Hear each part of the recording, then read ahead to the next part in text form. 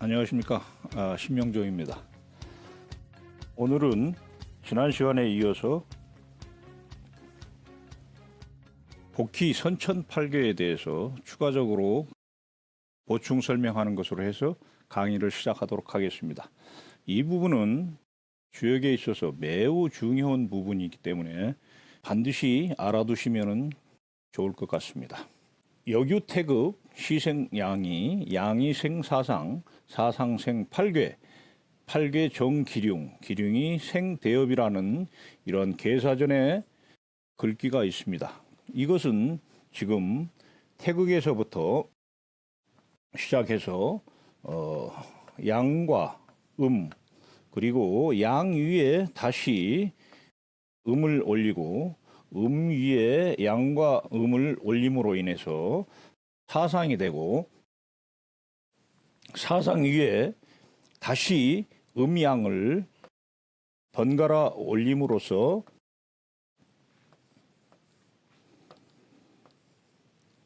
팔괴가 생성되는 과정을 설명하고 있는데, 이러한 원리를 매우 중요하게 여기고 계속해서 2획, 4획, 8획, 16, 32, 64 해서 무한대로 우리가 확산할 수 있는데, 이것이 바로 복희 선천팔괴의 연역입니다. 연역을 통해서 64괴가 만들어지는 과정입니다. 이것을 북송오자,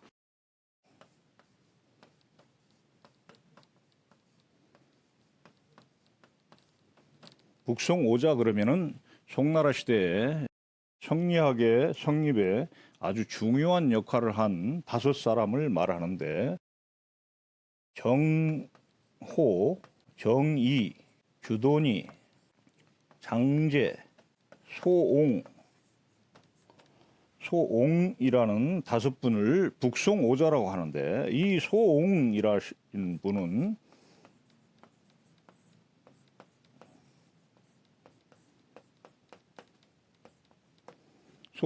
분은 상수학을 집대성하신 분으로 황극경세서라는 책을 쓰신 분입니다.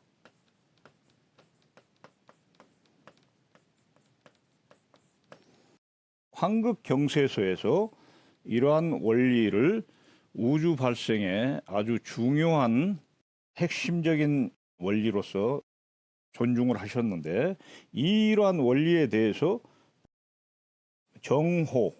호가 명도 선생이신데,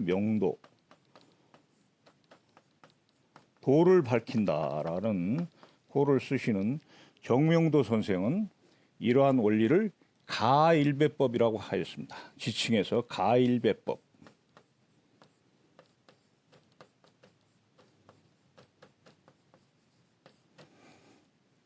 이 가일배법은 주역에 있어서 괴가 만들어지는 가장 핵심적인 원리로서 제일 중요합니다. 그래서 반드시 주역을 공부하시는 분들은 알아두셔야 됩니다. 그래서 반드시 8괴에서만 끝나는 게 아니고, 이것이 무한대로 2의 2승, 2의 3승, 2의 4승, 2의 5승, 2의 6승 해서 무한대로 확산될 수 있다는 것을 반드시 알아두셨으면 좋겠습니다. 이러한 원리는 나중에 설시하는 방법도 이것과 마찬가지입니다. 설시는 바로 이러한 선천팔괴가 만들어지는 과정을 재현하는 것입니다.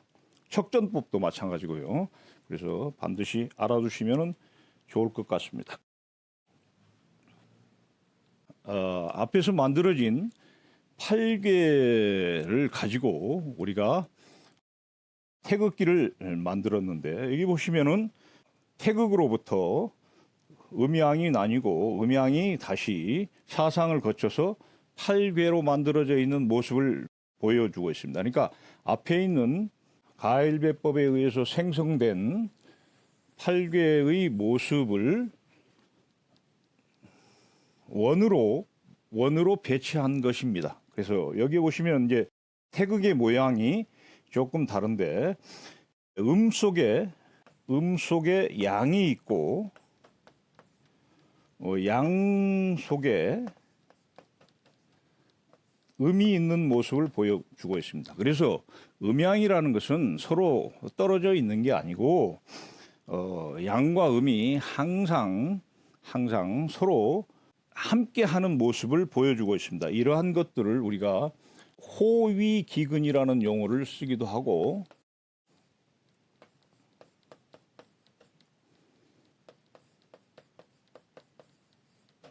또는 포음부양이라는 말을 쓰기도 합니다. 포음부양 또는 포양부음 이렇게 쓸 수 있습니다. 그러니까 음을 끌어안고 등에는 양을 지고 있다. 또는 양을 끌어안고 등에 음을 지고 있다라는 그러한 모습을 보여주고 있는데 이 8궤 중에서 태극기는 지금 중요한 건궤 그리고 곤궤 그리고 리궤 그리고 감궤 8궤 중에서 4개만을 태극기로 만들었습니다. 서양의 국기를 보시면 알겠지만은 아주 단순합니다.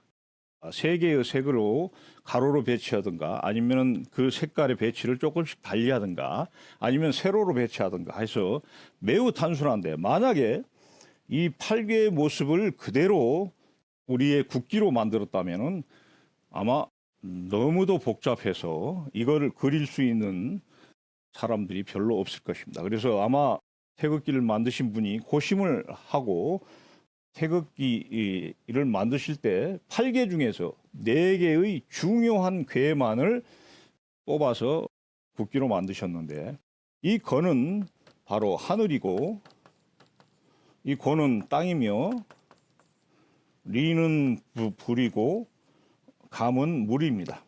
그래서 우리 인간이 살아가는 데 있어서 가장 중요한 4가지 요소를 들어왔는데 이 리는 또 불이기도 하고 태양입니다. 태양이고 감은 물이기도 하고 또는 달이기도 합니다.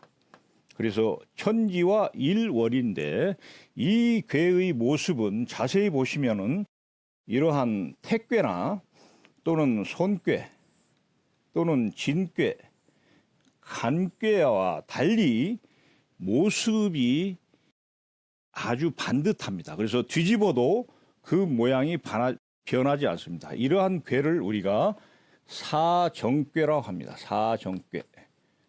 바른 모습이다 그래서 사정궤라는 표현을 합니다. 그래서 이 중요한 8궤 중에서 천지일월의 사정궤만을 뽑아서 우리의 태극기를 만든 것을 볼 수 있습니다. 그래서 우리나라의 국기는 세계에서 가장 아름다우면서도 의미가 깊은 것이라고 할 수 있겠습니다. 그래서 참고적으로 지금 현대에도 우리 주역이 이렇게 여러 가지 모습으로 또는 지금 여기에 나와 있는 태극뿐만 아니라 디자인 또는 정부의 표지 또는 사상의 의학 여러 가지 모습으로 주역이 활용되고 있는 것을 볼 수 있겠습니다.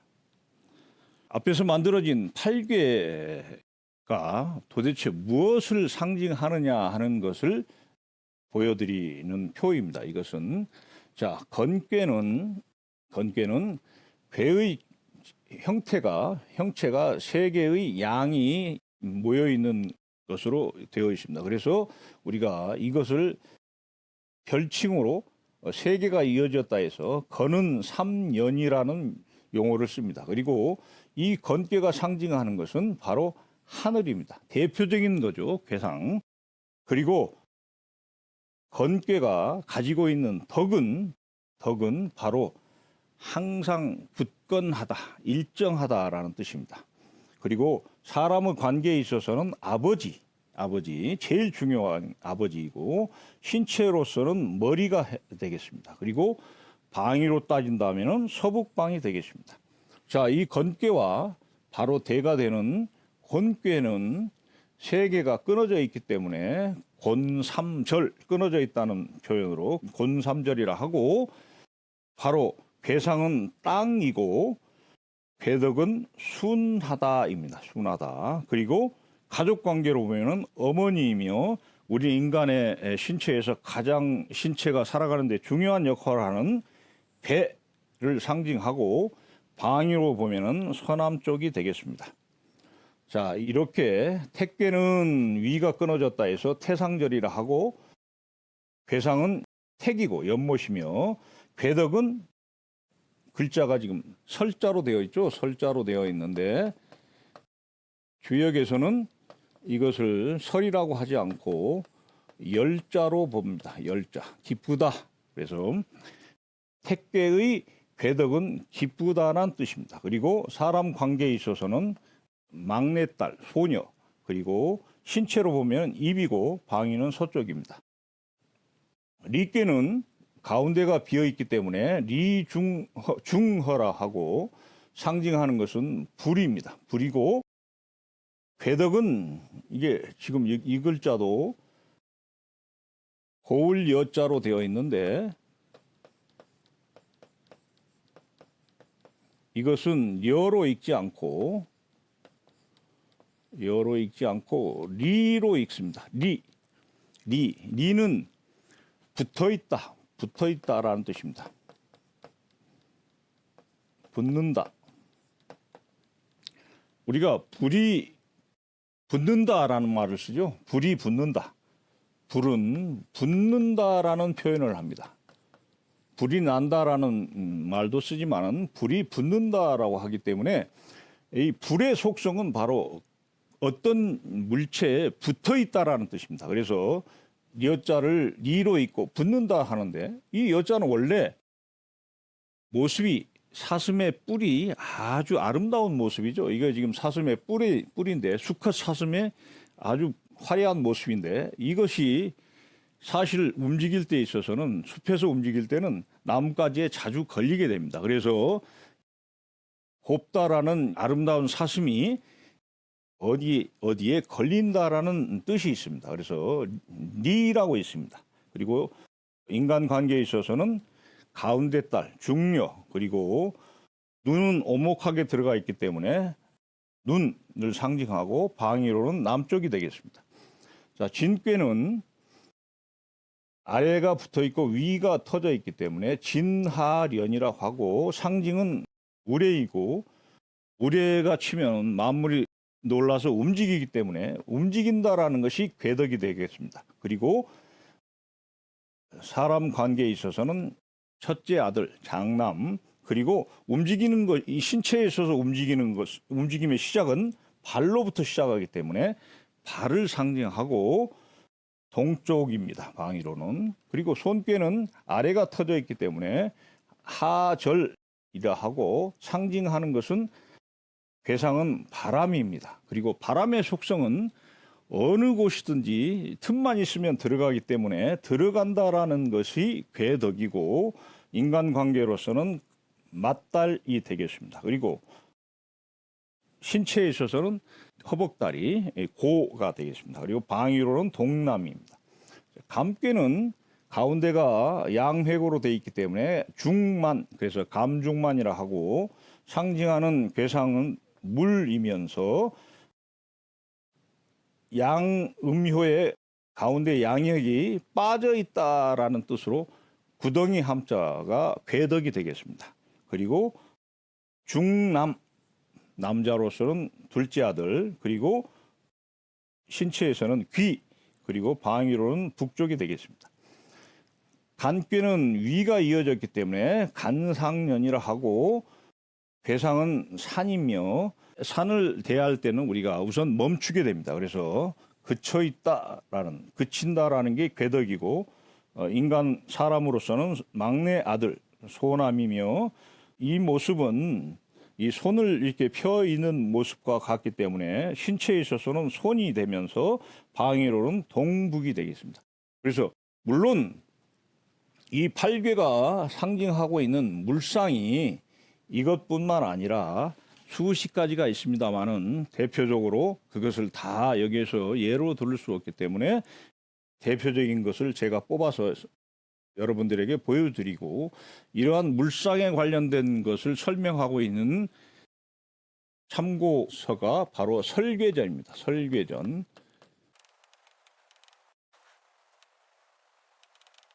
설궤전. 그래서 설궤전을 보시면은 이 8궤가 상징하는 물상들을 알아보실 수 있겠습니다. 다음은 이러한 8궤를 가지고 대성궤 64궤를 만드는 것을 보여드리도록 그렇게 하겠습니다. 우리가 8궤는 3획으로 이루어진 궤이기 때문에 3획궤. 그래서 이거를 소성궤라 합니다. 소성궤. 그리고 이것처럼 6개의 궤로 된 것을 우리가 크게 이루어졌다는 의미로 대성궤라고 합니다. 그래서 64궤는 대성궤라 하는데 대성궤를 만드는 방법이 처음에 말씀드린 가일배법을 통해서 우리가 6개의 획을 쭉 더해가면 만들어지는 방법이 바로 가일배법에 의한 64개의 생성이고, 여기에서 8개 위에 8개를 번갈아 가면서 올리는 방법으로 만드는 것이 또 하나의 작궤의 원리입니다. 그래서 이거를 지금 여기에 보시면은 아래는 전부 건궤로 되어 있습니다. 건궤. 아래에 하악궤를, 이걸 하악궤라고 그러는데, 하악궤 또는 내궤라는 말을 씁니다. 아래에 익으면서 아니기 때문에 내궤. 그리고 위에 있는 것을 상궤 또는 외궤라는 말을 씁니다. 상궤 또는 외궤라는 말을 표현하는데, 아래에 동일한 궤를 기본으로 해서, 여기서는 지금 건궤를 예로 들었습니다만은 위에 건궤에서부터 태, 리, 진, 손, 감, 간, 곤 복귀 8개를 순서대로 이렇게 얹게 되면은, 자, 이렇게 해서 읽게 되면은 이거 하나 궤가 만들어졌죠. 이거는 건궤가 2번 이루어졌다 해서 중천 건궤라 합니다. 중천 건궤. 중천 건. 그리고 이거는 택천쾌, 택천쾌. 이것은 화천대유. 그리고 이것은 뇌천대장. 그리고 이거는 풍천소축. 그리고 여기는 수천수. 그리고 산천대축. 그리고 지천퇴. 그래서 8개의 궤가 만들어지는 것을 볼 수 있습니다. 그러니까 건궤에다가 8궤를 더함으로 인해서 대성궤 6개가 만들어지는 것을 볼 수가 있는데, 마찬가지로 아래에 있는 궤를 계속 번갈아 가면서 택궤, 그리고 리궤, 손궤 이런 식으로 8개를 계속 번갈아 가면서 위에 있는 궤를 움직이게 되면은 88에 64, 64개가 만들어지는 모습을 볼 수 있습니다. 그래서 이러한 원리를 우리가 일정팔회라 합니다. 일정팔회.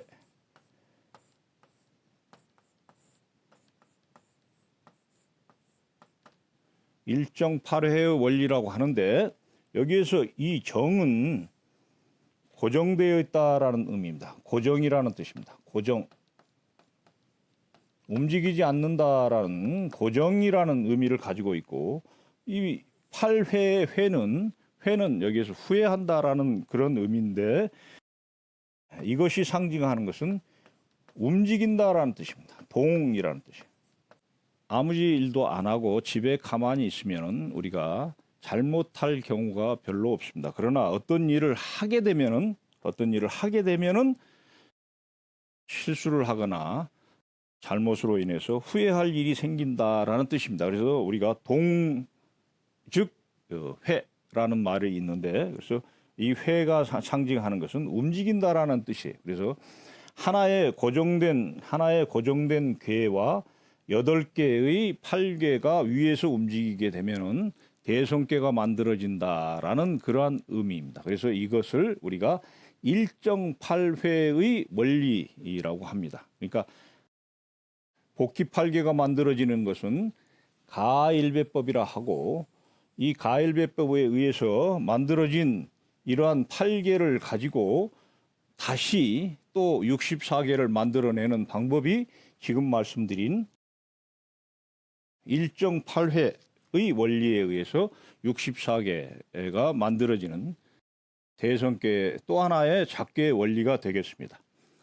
이렇게 만들어진 팔괘가 다시 좀 전에는 확산의 과정을 거쳤다면 이러한 팔괘는 다시 수축의 과정이 있습니다. 지금 여기에 태극이 있고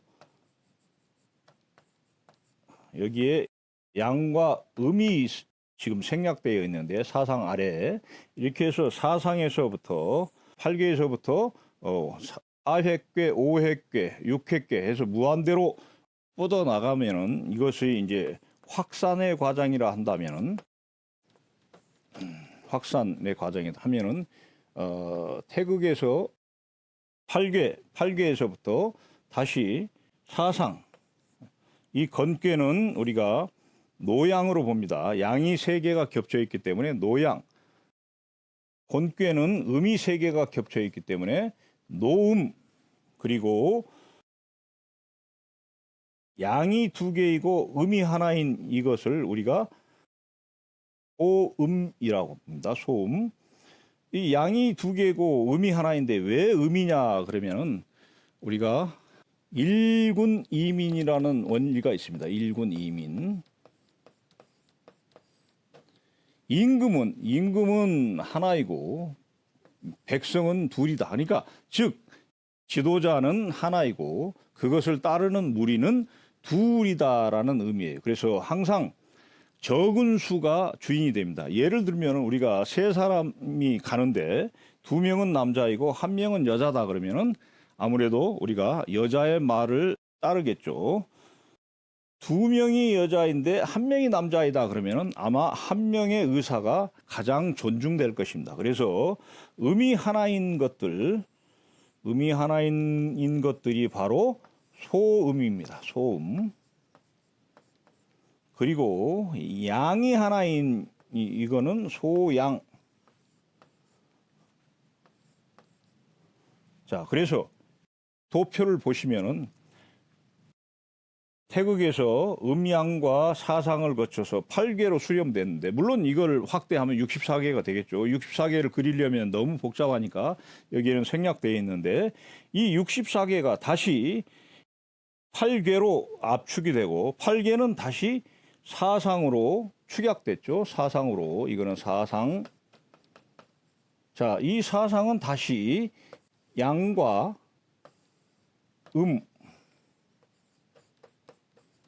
양과 음으로 수렴이 됩니다. 그리고 이 양과 음은 다시 태극으로. 그래서 확산과 수축, 이렇게 줄어드는 것은 수축이죠.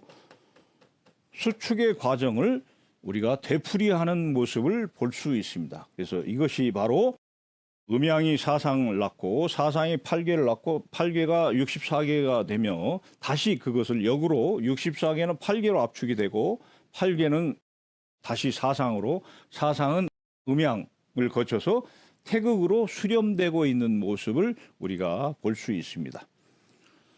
자, 이것으로 8개와 사상의 순환에 대해서 말씀을 드렸고, 다음 시간에 이어서 계속 진행하도록 그렇게 하겠습니다. 감사합니다.